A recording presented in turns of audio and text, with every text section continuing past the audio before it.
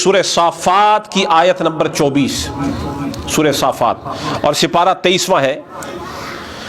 اس کے اندر اللہ تعالیٰ ارشاد فرما رہا ہے وَقِفُوهُمْ إِنَّهُمْ مَسْئُولُونَ، یہ اللہ کا ارشاد ہے۔ اس کا پس منظر یہ ہے کہ جہنمیوں کا بیان ہو رہا ہے، جہاں پہ حکم یہ ہو رہا ہے کہ جہنم والوں کو جن کے لیے فیصلہ ہو گیا انہیں جہنم میں ڈال دیا جائے، دوزخ کی نظر کر دیا جائے،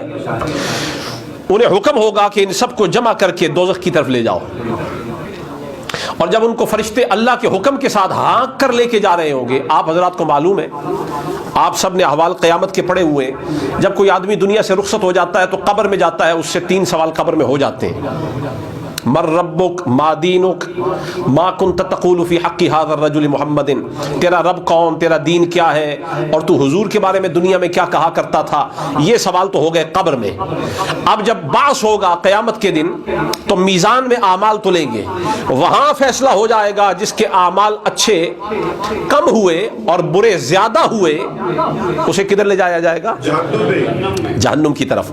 اب یہاں اس مرحلے کا بیان قرآن میں آ رہا ہے کہ جن کے لیے فیصلہ ہو گیا، اعمال تل گئے، قبر کے سوال ہو گئے، اب فیصلہ ہو گیا ان کو جہنم کی طرف لے جاؤ۔ اب جب فرشتے لے جا رہے ہوں گے تو عین اسی لمحے کہ جب انہیں جہنم کی طرف لے جایا جا رہا ہوگا حکم ہوگا وقفوہم، انہیں روکو، انہم مسئولون، ابھی ہم نے ان سے اور سوال بھی کرنا ہے، ابھی ہم نے ان سے کچھ اور بھی پوچھنا ہے۔ اب میں آپ حضرات کو یہیں پر ٹھہرا کے پھر پیچھے پلٹا کے لے جاتا ہوں۔ قبر میں من ربک کا سوال ہو گیا، ما دینک کا سوال ہو گیا، محمد رسول اللہ کی رسالت کا سوال ہو گیا، اعمال جو تلنے تھے وہ تل چکے، اب جنہوں نے جہنم جانا تھا وہ ادھر جا رہے ہیں۔ اب ٹھہرانے کا کیا معنی ہے؟ 6 معنی دارت، کیوں روکا جا رہا ہے؟ اس کا جواب سوائے کے موقع میں علامہ ابن حجر حیثمی مکی نے جو امام کعبہ ہے انہوں نے بیان کیا، انہوں نے کہا کہ رب تعالیٰ روک کر فرما رہا ہے انہم مسئولون عن ولایت علی،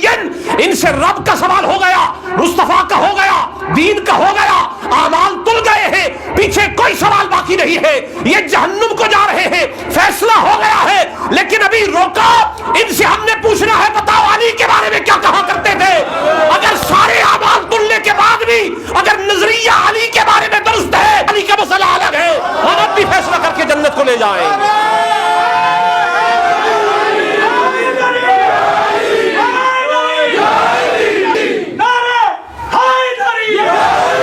یہ اہل سنت کی کتاب ہے، یہ شیعوں کی کتاب نہیں ہے، اور میں نے جس کتاب کا حوالہ دیا یہ امام مکہ ہے، حرم شریف کا امام ہے ابن حجر حیثمی مکی،